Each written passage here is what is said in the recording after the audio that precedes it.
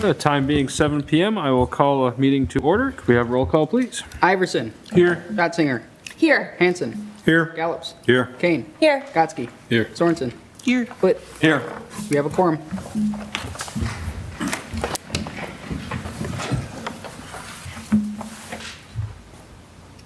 Pledge allegiance to the flag of the United States of America and to the republic for which it stands, one nation, under God, indivisible, with liberty and justice for all.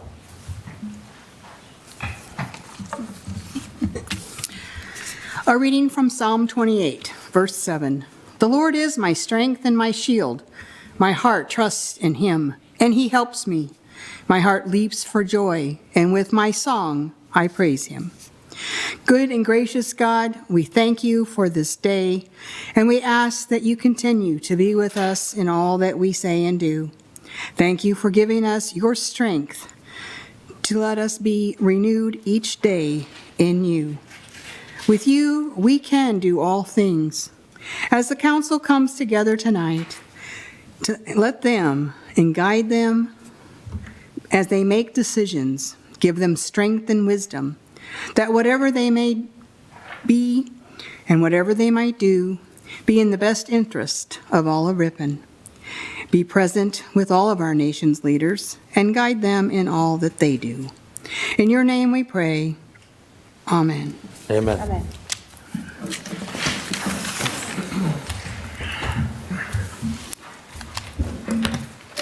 All right, is there a motion to approve tonight's agenda? So moved. I saw Ellen first. Go for Would you it. like to She's second? quick. I will second it. All right, so moved by Ellen, seconded by Howard. Any discussion? Hearing none, all those in favor of approving the agenda, say aye. Aye. Opposed? That is approved. On to public comment.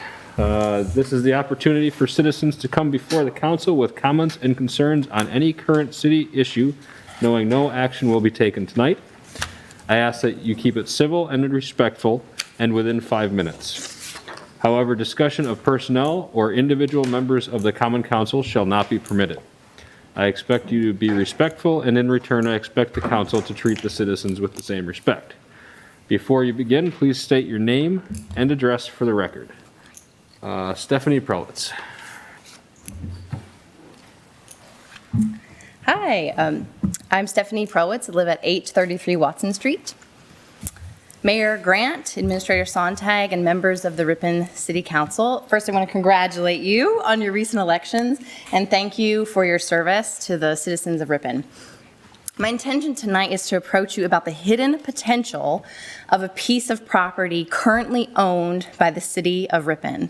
It's situated on prime waterfront property along a beautiful segment of Silver Creek with limestone outcroppings. It is the only publicly owned point to water between the Mill Pond and Green Lake. This property is at 126 Jefferson Street, just west of the public library and north of City Hall, right where we're standing, situated between Pacific Street and Hamburg Street. This property is most notable for the iconic barn that straddles Silver Creek. So imagine, if you will, the yellow corrugated building, which is currently blocking the view of this stream, gone. After all, the feed mill tenants have already moved out. In its place is a riverside community park, or a city riverwalk, or an outdoor amphitheater. I'm confident that if we engage the community in imagining its development, we will come up with something exciting and transformative. Developing 126 Jefferson Street would serve as a draw to the northernmost and somewhat neglected end of Ripon's shopping corridor. It would better connect to the Northwestern Trail right here. And it would complement a streamside development project currently underway at the Ripon Public Library, immediately east of the site. This vision is in perfect alignment with the many goals outlined in the City of Ripon's own master plan. The site is the former location of the Smucker's plant, so the Wisconsin DNR has identified it as a remediation site for its history of heavy metals and petroleum. Now, the good news is that my research indicates that the Wisconsin DNR is now willing to consider closing the remediation site and opening it up for redevelopment. Plus, the City of Ripon has already completed a Phase 2 assessment and other requirements to expedite the redevelopment process. There are nearly endless grants at the county, state, and federal level to fund this type of work, and I'm opening myself up as a resource to help with that if the council so wishes. So I'll close tonight with a favor. Next time you're driving east on Fond du Lac Street, about the time that you reach a little something something, look left. Imagine the yellow building gone. Imagine a clear view of the public library. Imagine a streamside park or a public amphitheater or a river walk. Imagine the potential that is right here in the City of Ripon's fingertips. And you have the power to make all of this happen. Thank you. Thank you. Thank you.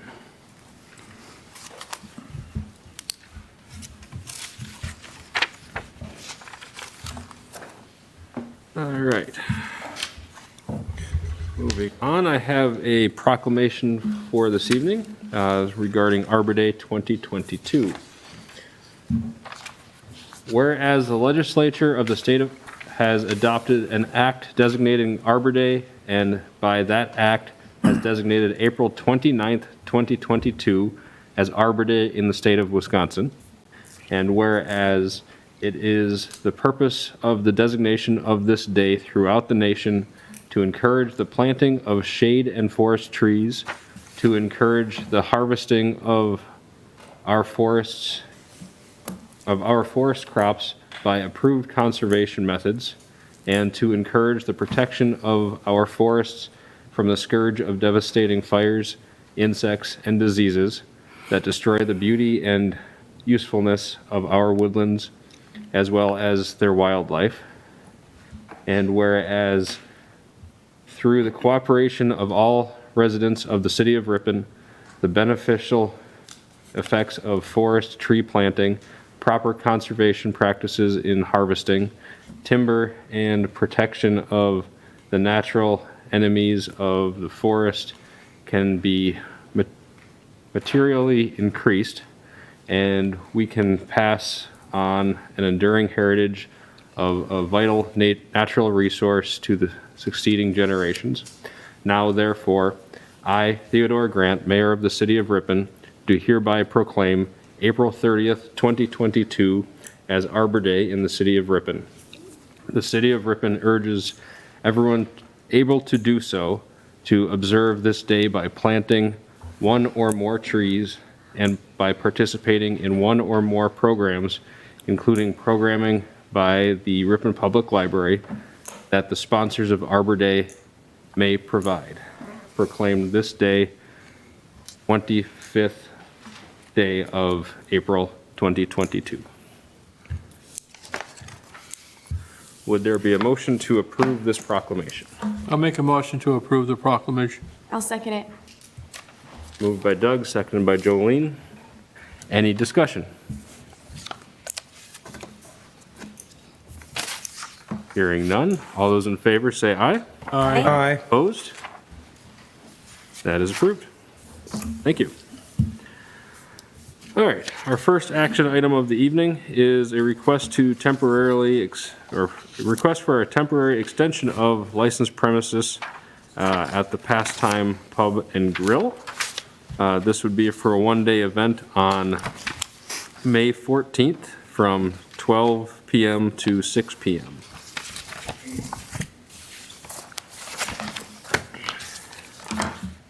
Motion to approve. Second. Been moved by John Split, seconded by Howard. Any discussion? Yes. Is there no one here to speak on this request to extend the alcohol footprint for the day? I don't believe there is. Is it common practice for this type? I understand what this is. I've done this for 5 years.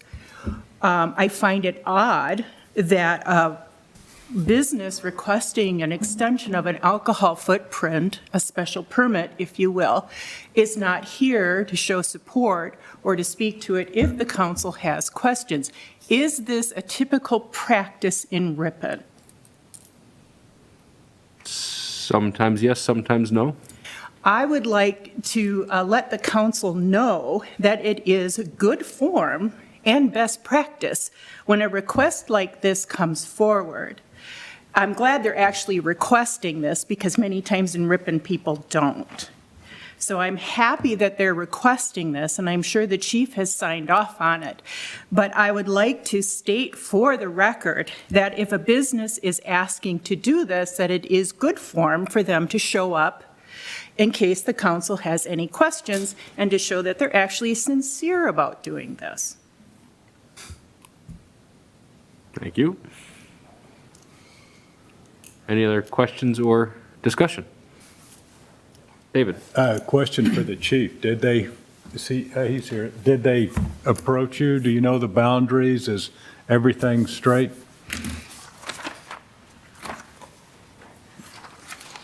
Yes, I did have a conversation with Carol. If you remember, maybe Howard can help me out, a couple of years ago, I think About the 5 years ago? was it the Chamber, as part of Septemberfest or Yes. something, did a cornhole tournament on the In same that same spot. property? Yes.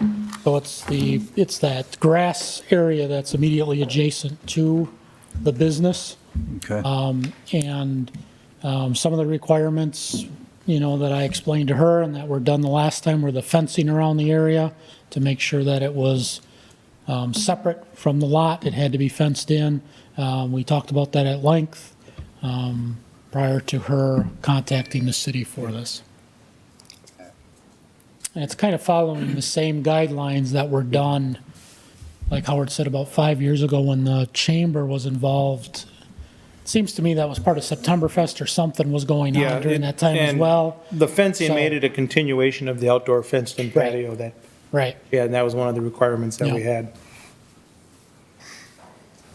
So it goes without saying, I'm assuming that if there were issues, you would bring it up, but you don't remember there being issues? Yeah, I don't remember there being issues on that occasion. Ellen, then John. 6 years ago, there were issues, so permits were pulled, no fencing was up. I think when you became chief, they realized that they did have to have the fencing, as that's part of the city code, if anyone would like to read the city code. And businesses, even working the chamber, needs to be also aware of city code when they're working with their membership businesses. And it all runs through PD before it gets here. John? I was just wondering if there's a need for like wristbands or anything like that, if they're out there, And not in the fenced area. if they're, I think if they're in the fenced-in area, that makes that problem, okay, yeah. Right. If we're extending the premise, we're allowing, okay. but it needs to be controlled and fenced in. Yep. And that's been the criteria for us for a while. Further questions or discussion?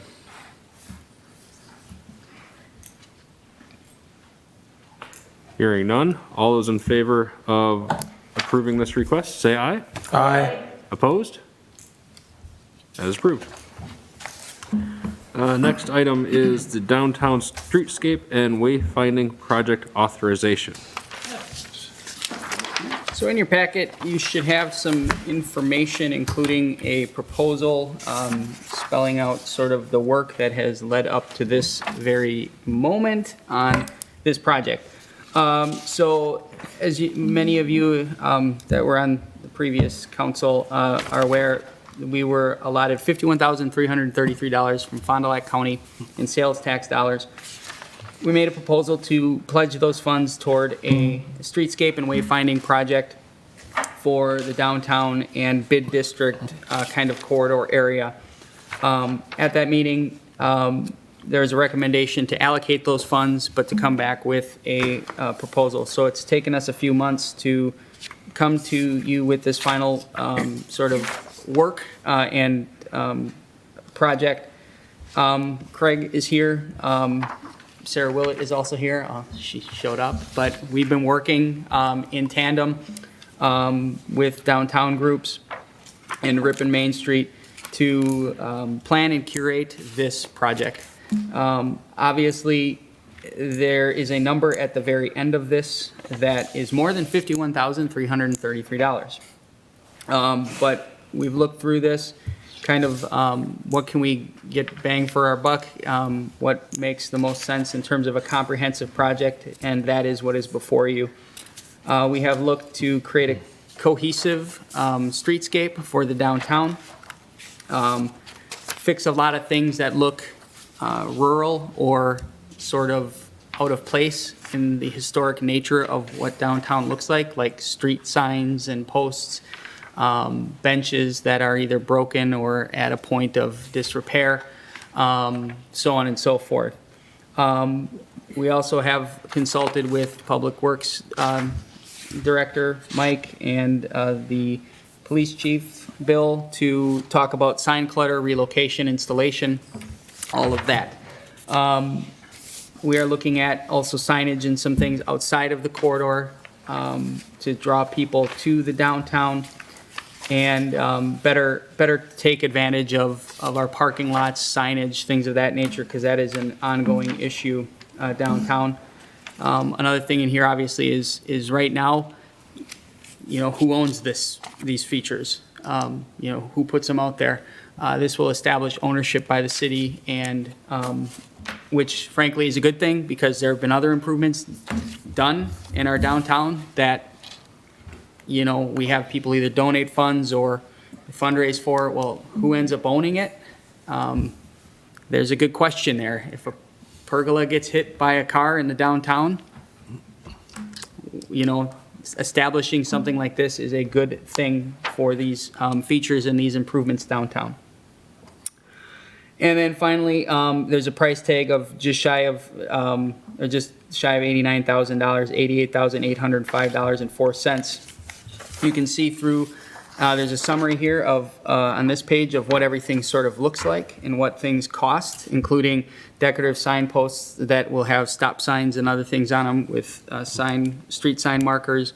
And then you have the decorative signposts, the 3-inch smaller one. Those would be more in the parking lots, but continue with a more decorative look with signage, as well as then trash receptacles.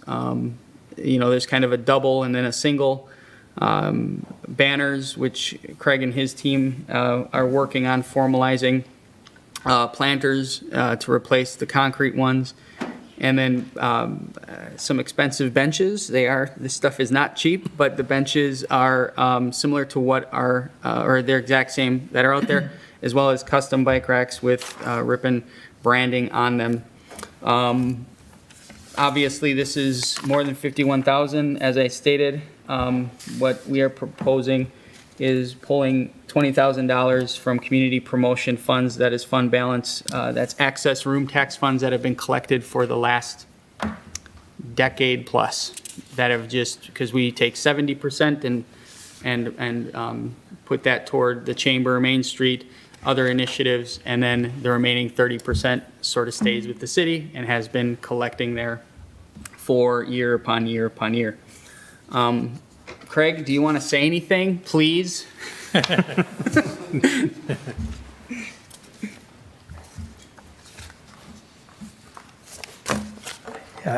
Craig T-Bond, 567 Watson. I'm Ripon's downtown manager. After looking at this stuff for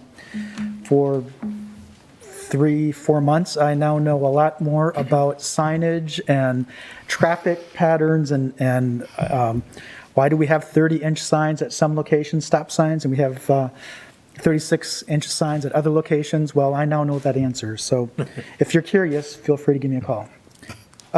So we've looked at a lot of different things.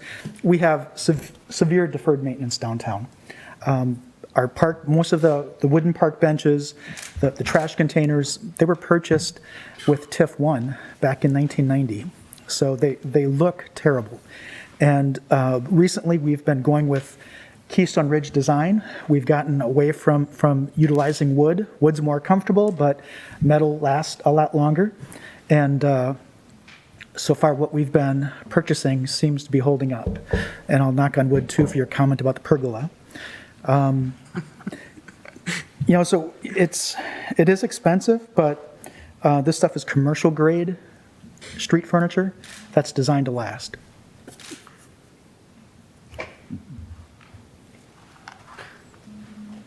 Any questions, comments? Dave? I do have a question on the benches. I see there's a option to put names, things on the side. Are we looking at doing something Yes. there as far as putting a plaque and people donating for that? Is that in the works too? Yes, so the cost per bench includes that, a blank panel that we can add vinyl lettering to. That's what most of them have, is a vinyl, like a vinyl stencil kind of thing. So we have 2 park benches that were actually purchased, one for a 1991 grad of Ripon College, and another was purchased for Jerry Hufek. So those 2 are going in, but everything else will be a blank that we can sell, so to speak. Okay.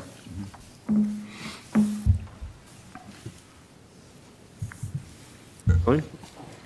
I know we have a representation also from the downtown here. Can you speak briefly about the process of engaging the local downtown and coming to the conclusion with what you're presenting to us? Yeah, so a lot of this happened over the last 4 or 5 years. I believe in spring of 2018, we did a Streetscape workshop.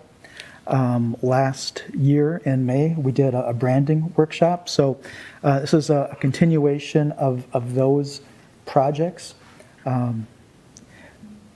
Everybody has different opinions about things, so that's been the most challenging aspect of doing this is getting consensus, and I think we've done an admirable job of trying to do that. So we have had conversations with the Preservation Commission. Main Street has discussed this. We did have some focus groups that participated in that 2018 and then 2021 workshop. So we're doing our best. John? On the benches, Craig, I see you have 12 of them. Do you have locations for those? And Yeah. then are you also trying to discourage shop owners from putting out their own chairs? I think all of that stuff can be researched going forward. Okay. The most important thing is maintaining. I believe right now we have to have a 5-foot path along the sidewalk, and also taking, whether it's benches and that kind of stuff, bike racks. We need 77 inches of clearance to get the plow through on sidewalks. So all those things go into, it's just not as simple as we're putting a bench here and there. There's some research that goes into it. Okay. But do you have, you're getting 12, so you're going to Yes. put 4 on So I'm each thinking right now, block? for instance, we have a lot of seating on the square. We don't have much in the 200 and 300 block. Okay. There are 3 benches that need to be replaced in the 100 block. There's 2 benches in the 200 block, 5 in the 300 block, 2 by Jay's Corner. That's the preliminary. The 2 donated benches will go to the Village Green. Probably 2 bike racks per block. The trash and receptacles, probably 4 per block. So we have kind of thought this out. It just kind of depends on some of it is replacing what's currently there. Yeah, okay, thank you. And then just take a step back, we have, we're proposing this, we have looked at other options, so pricing wise. So we had other examples of signage that were more expensive and poles that were more expensive. We have other options for design in terms of benches, but they wouldn't necessarily fit. So in this proposal, TAPCO, the decorative sign company, we're very familiar and work with TAPCO on multiple different things. And then Thomas Steel and Madrax are a company out of Wisconsin and Waunakee that does manufacture of site furnishings and does a really nice job. So We looked at other options, priced them out, but this ultimately was the best mix for the biggest bang for our buck. And on top of this, we also planted 10 trees last week. So 9 of those went on the Blackburn Street corridor and some side streets, and 1 was a replacement for Watson. So we are doing more. We're doing what's needed, and we had a good wine walk, so that should be able to cover the expense of the trees. Dave? How far along after we do this, how far along are we? How many more benches, signs, everything to make it 100%? The planters, I think that's always something that we could do more.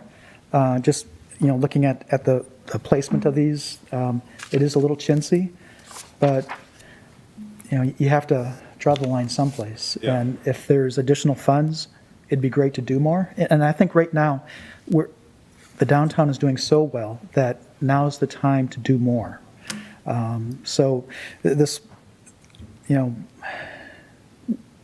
I think even though it's somewhat, the new street signs, I think will make the biggest difference. The flowers are always nice and that kind of stuff, but with all the selfies that are being taken around the downtown now, getting rid of some of that 4x4 wood fence post kind of thing, straightening up signs so they're not angled, and so we can always do more, but this is the best we can do right now. So I'll just add, the one thing we did keep out our directory signage at this point. We're still working through that, but that's probably a next year project at this point, or a couple years out. But, we were already $40,000 over. We didn't want to be 50 or 60,000, So, and just to be clear too, Ripon Main Street has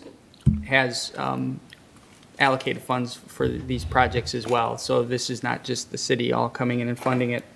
And we've engaged the chamber, and hopefully with some of their, some of the things happening there, they'll jump on board too. Julian? And just to get back to the basics of this sales tax sort of gift, or, that they give back to us in Fond du Lac County, this has to be used, we have sort of a time limit, don't we? We have the money. So, does it have to be used? Yes, it does have to be used this year. So they have already we've gotten the check. So, and we did indicate what we were planning on using it for. Certainly that could change, but, we've gotten to this point, and, yeah. And just to add, with regards to the directory signage, this project that we'd be looking at doing would give us a place to hang that in a year or two. If we were to buy that now, we'd have nowhere to hang it properly. So this is definitely the first step to the finished project.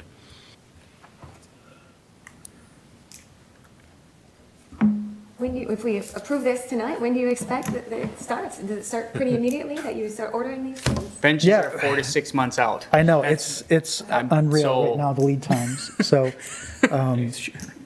yeah. It's, It's getting materials that is the big problem. Yeah. We've checked into some memorial benches and that stuff, and it's the same thing. Yeah, So order now and install end of the year. Yeah. yeah, and also working around, Public Works schedule too, so. it'll probably happen in phases when we, frankly, and working with a couple specific companies like Tapco, they probably have this stuff. And then having Madrax, Thomas Steel just being Wanakee down the road, I think they'll get working on it pretty quick for us, so. And we've already approved this, right? So We have You've approved the dollar amount, design but- of the project. Tonight, we would be approving the final budget. okay, I'll make a motion to approve the final. I'll second it. Yeah. Been moved by David, seconded by Doug. Any further discussion?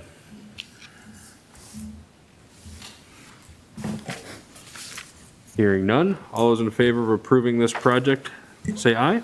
Aye. Opposed? That is approved. Thank you. Thank you, Adam. And Craig. Right. And Sarah. And everyone else who's worked on that project so far. All right, moving on to our next item is a resolution to temporarily relocate polling place for Aldermanic District 3 and 4 to this room, as well as temporarily combining Aldermanic Districts 1 through 4 for the June 7th special election. I will move that. I'll second. Been moved by Ellen, Move that motion to move. moved by Ellen, seconded by Paige. Any discussion? Question regarding, is there going to be anyone downstairs to somebody? I mean, I know there's not going to be a lot of people at this one, but just in case, I mean, people are going to be parking down there and then having to be walking upstairs. We'll have signage and everything, and Okay. we'll get it out in the paper and online. Just come to this, and then if it's locked down there, we'll have a sign, or if we have somebody, if it's open, we can keep it open too. We'll keep it open. And then just signage and make sure people All right. know. So I don't know if we'll pay somebody to sit down there. Yeah, We'll see how big of a problem it is. You get out there with one of those spinning signs, Dave. Any further questions or discussion? Hearing none, all in favor of the resolution to relocate and combine aldermanic districts, say aye. Aye. Opposed? That is approved. Moving on to No Mo May. Who wants to start the discussion on this one? Do we make a motion and a You second? could, or we I could will just- make a motion to approve the resolution designating the month of May 2022 as No Mo May. I'll second that. So moved by Ellen, and I'll give the second to John. Thank you. All right, discussion. Who would like to start? Dave? All right, question regarding signing up or whatever it is we have to do. I mean, if this thing's big, I mean, I personally am going to enjoy not mowing my yard. So, you know, I'm all in on this, but, you know, is it necessary to have everyone call and get to do this? Why not just do it? So for a couple reasons, I think the first is we made, there's a website we have ready to go if this passes. I just took 10 minutes to create it on our website, following the link that's in the resolution.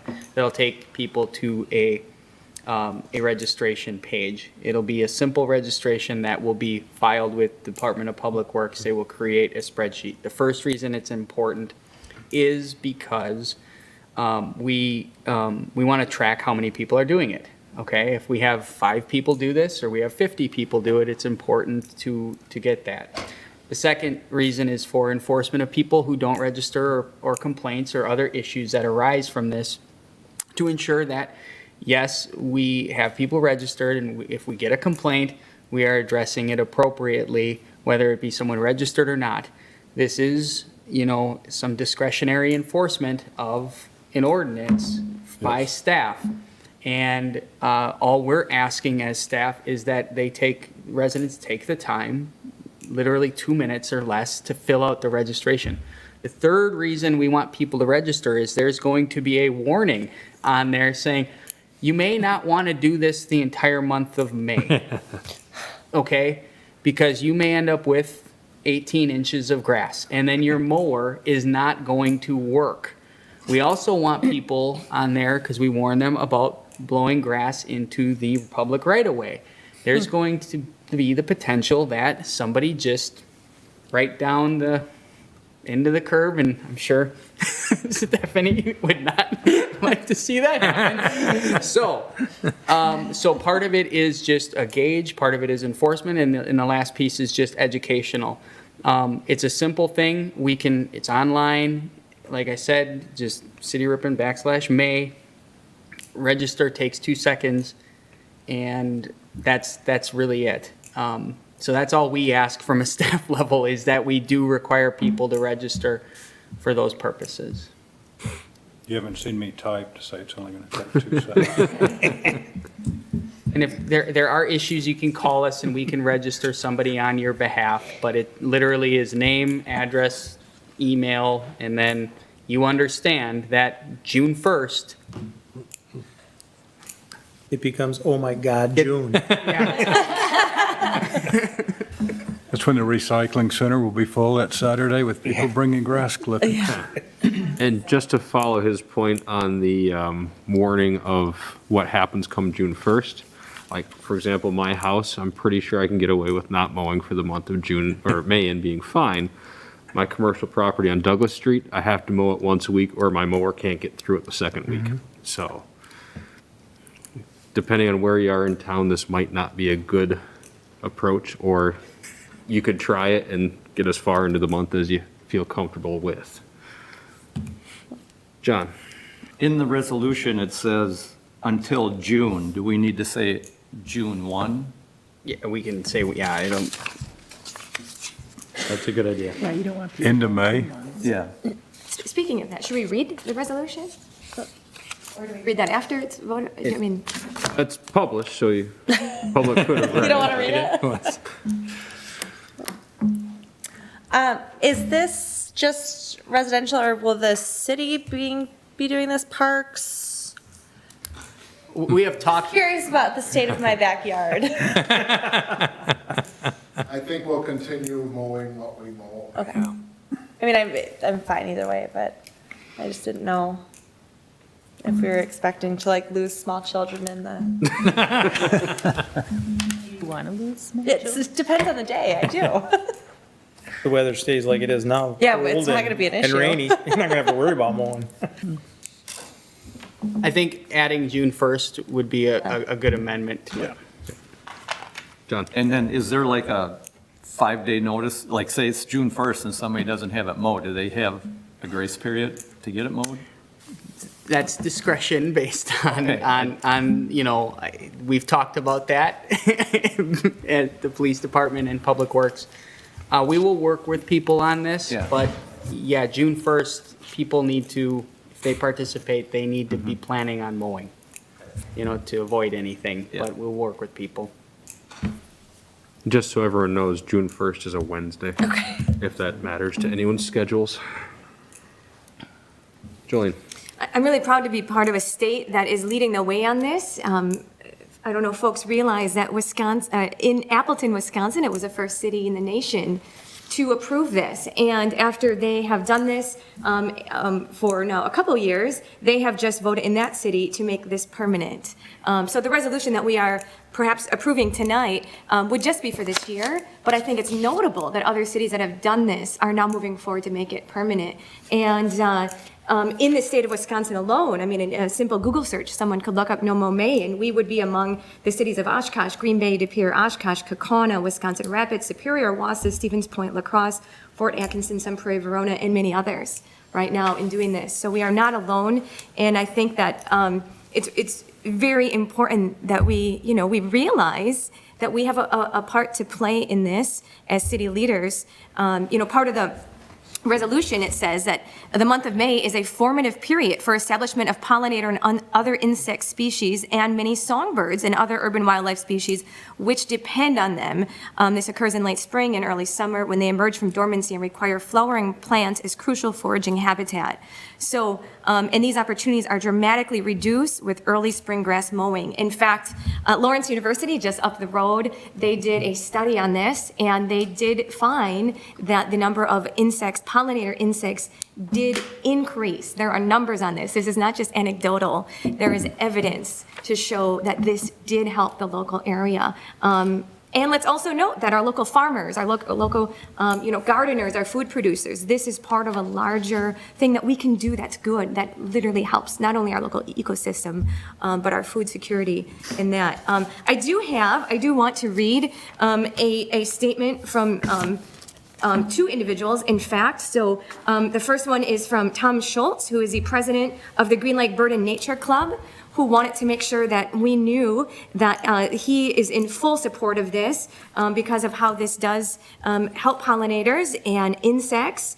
And we are among a global decline in insects, and also this does then help songbird population. And in fact, the city of Green Lake does not restrict natural lawns growing, and that is an indicator for them to be considered as a bird city, Bird City USA. So if in the future, we want it to be considered a bird city, this could be one of the indicators that we have implemented this. Also, I know that we just had a representative from the Green Lake Association to speak during public comment, and I do have a statement from Stephanie Prowitz stating that throughout Wisconsin, cities are adopting no-mow-may ordinances to provide some regulatory flexibility on behalf of struggling pollinators. And in fact, Wisconsin Public Radio reports that the city of Appleton, as was stated, was the first to adopt no-mow-may ordinance around 2020. This bee boosting ordinance ensures that pollinators coming out of hibernation have plenty of pollen to eat. It allows for public and private spaces to become refuges for struggling species. The Green Lake Association wholeheartedly supports the City of Ripon's efforts to enact this type of ordinance. In addition to supporting pollinators, robust lawns do a better job at infiltration, runoff, and protecting downstream water resources. And as we know, we are a part of the Green Lake watershed. We understand that it's all connected. What's good for the bees is good for the flowers, good for our soil, and good for Silver Creek and Green Lake. So again, that statement is from Stephanie Prowitz on behalf of Green Lake Association. So I wanted to say thank you to my fellow colleagues for considering this. Thank you to Adam for allowing me to, we worked a little bit together in drafting this. This original draft also is similar to the city of Oshkosh, correct? So other cities have used this same language. And I know that you've been talking to local city department leaders. So I'm in full support, and it's great to see this come forward. Thank you. We are kind of changing the resolution a little bit. Do we need a friendly change in the amendment? Was it John or Ellen that, Ellen? John. Agree to the adding of the June 1st. June 1st. Friendly amendment received. Okay. Any further discussion? Last thing, I do hope that the local paper might do a story on this, because I think the success of this will be that neighbors realize, hey, what is my neighbor doing? Are they being neglectful or what's happening? So really, the folks that do decide to sign up, I hope you take the chance to talk to your neighbors as to why, because I think that really will depend on the success of people's understanding of what this is. Any further discussion? Hearing none. All those in favor of approving the resolution as published with the change of voluntarily delay lawn care until June 1st, say aye. Aye. Opposed? That is approved. The website will go live soon.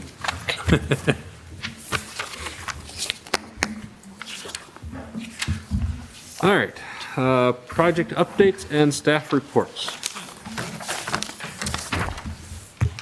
So I will be putting out a poll quick to talk about onboarding, so we can get that scheduled and put on the calendar to see if people are interested in showing up to that on the council and trying to get a time where works for most members. Working on road projects, Mike and I have been putting out bid documents for concrete work for the year as well as road projects. We are working on multiple applications for grants through the bipartisan infrastructure legislation as well that are due in the coming month and a half. So a lot of time is going into that. I had meetings with Representative Dahlman and Senator Ballwig this past week to talk about a lot of this stuff that's going on here, as well as funding in general. Both fairly productive meetings. I will just note that that Representative Dahlman will be January 1st no longer in our district. We'll know our City of Ripon has been moved out. So John Plummer from Lodi, under the current map, will be our state representative. Or assembly person? I don't, yeah. Assembly person. Assembly person, thank you. So that is what we have been up to. Thank you. Mike, anything? No? Bill? Nope. All right. Moving on, I have 2 appointments for this evening. First one is for Plan Commission. I'd like to appoint Mike Boskeljohn. It is a 2-year appointment, so the term would run through April 30th, 2024. Motion to approve. Second. Moved by John, seconded by David. Any discussion?